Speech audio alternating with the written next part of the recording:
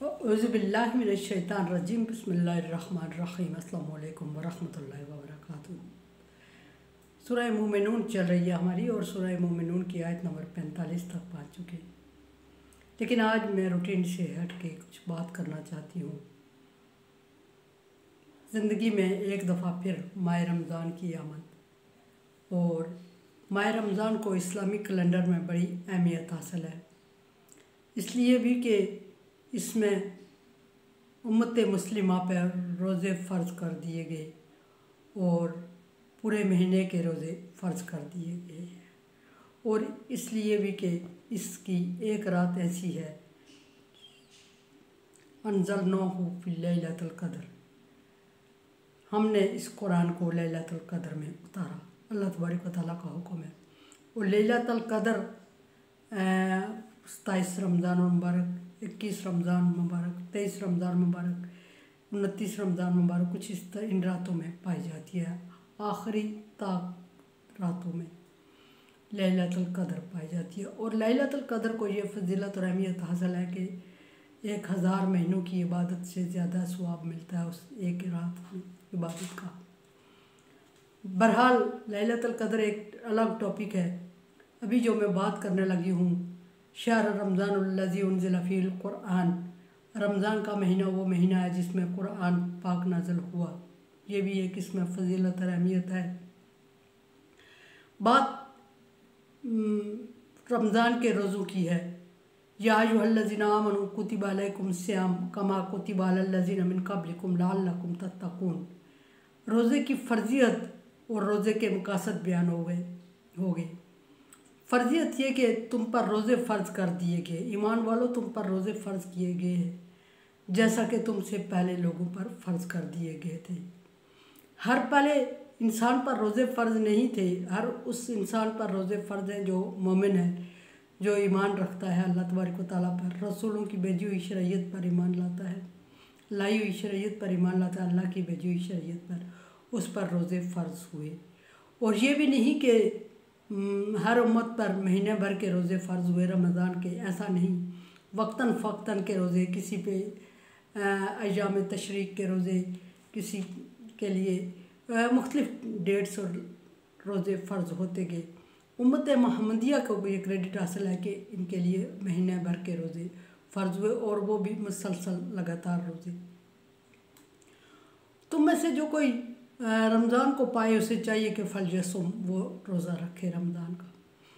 अब रमज़ान के रोज़े की फजीलत अहमियत अल्लाह तबारक व तआला के यहाँ बड़ी ज़्यादा है।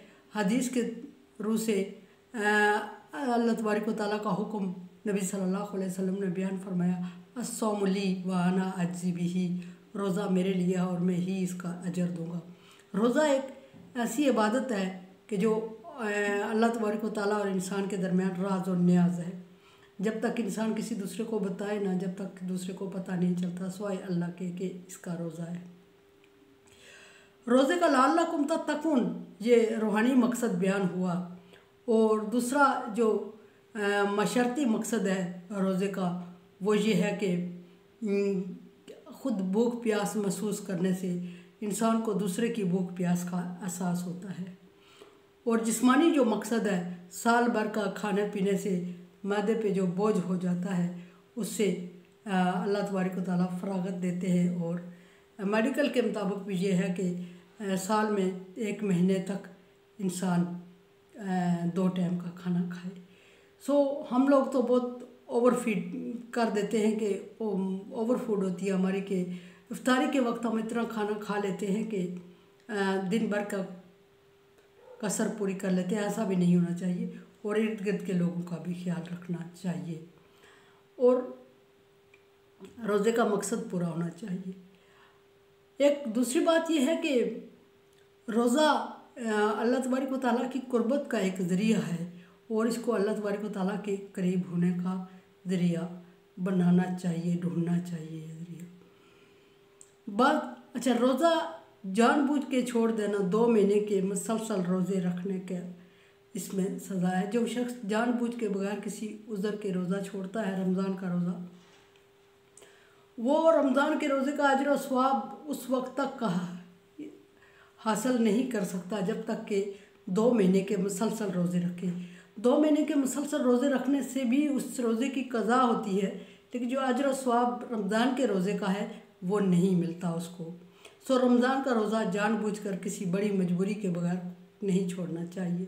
अब मजबूरियां हम अपनी तरफ से बना लेते हैं, वो मजबूरियां नहीं जो हम अपनी तरफ से बना लेते हैं, वो मजबूरियां जो अल्लाह तबारक व तआला ने मजबूरी बताई है। वो चंद एक उज़र ऐसे हैं जिसमें अल्लाह तबारक व तआला ने रमज़ान का रोज़ा छोड़ने की इजाज़त दी है और उसके बदले में बाद में एक रोज़ा रखने का हुक्म है। उसके उन चंद एक मजबूरियों के अलावा, चंद एक उज़र के अलावा अगर इंसान रोज़ा छोड़ता है अपनी तरफ से कोई बहाना बना के, तो फिर उसको 2 महीने के मुसलसल रोज़े रखने पड़ेंगे। और 2 महीने के रोज़े 59 दिन का रोज़ा रख के अगर एक दिन कज़ा हो जाता तो फिर शुरू से रखेगा, पहले रोज़े से स्टार्ट लेगा। ये बहुत मुश्किल है। या फिर 60 मिस्किनों को खाना खिलाना पड़ेगा। अब रही बात कि वो कौन से उज़र हैं जिनमें अल्लाह तबारक व तआला ने एक रोज़ा छोड़ने का हुक्म इजाज़त दी है।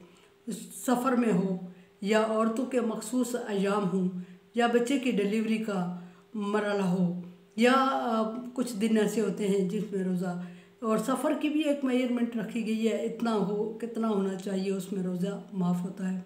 इंतहाई बीमारी की सूरत में रोज़ा छोड़ने का हुक्म है। जब डॉक्टर एडवाइस करे तो अपनी तरफ से बीमारी का बहाना बना के रोज़ा छोड़ेगा तो उसको 2 महीने के मुसलसल रोज़े पड़ेंगे।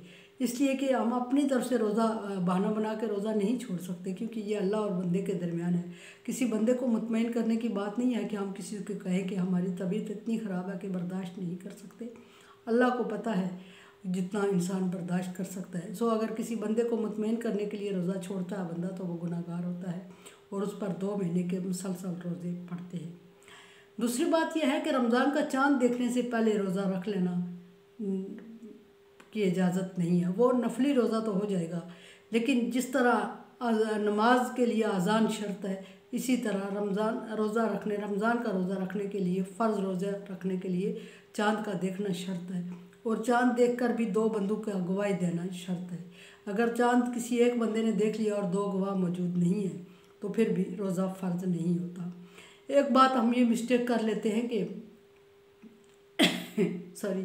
एक मिस्टेक हम ये करते हैं कि अज़ान गुज़र चुकी होती है और इफ्तारी के लिए फिर भी हम मुंह बंद किए रखते हैं। रोज़ा ये मकसद अपनी मन मानी करने का नहीं है कि अपने नफ्स को भूखा प्यासा रखें, बल्कि अल्लाह के हुक्म के मुताबिक जो ही अज़ान हो रोज़ा इफ्तार कर देना ज़्यादा सवाब है। रोज़े में इर्द गिर्द के लोगों का भी ख्याल रखना चाहिए। जो लोग इफ्तारी के लिए वसाइल नहीं रखते या नहीं अरेंज कर सकते, उनका ख्याल रखना एक बंदे को रोज़ा इफ्तार करवाना रोज़ा रखने के बराबर है, लेकिन नफल रोज़ा रखने के बराबर है। फ़र्ज़ रोज़े की क़ज़ा इफ्तारी करवाने से पूरी नहीं होती।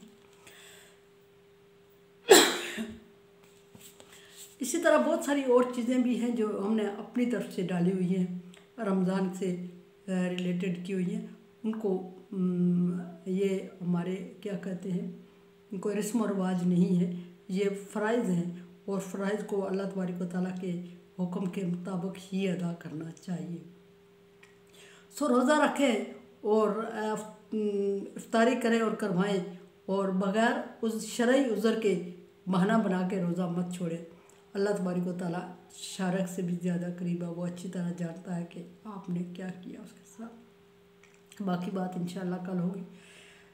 मेरे चैनल को देखें, समझे और सब्सक्राइब करें। इज़्ज़त का जारिया मेरा साथ दे। अल्लाह हाफ़िज़।